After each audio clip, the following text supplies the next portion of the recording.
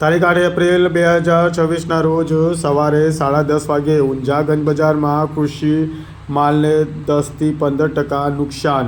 વાવાઝોડા વરસાદથી જીરું, વરિયાળી સહિતના પાકમાં વરસાદ ફરી વળતા પલળતા પાક નુકસાન થયું છે.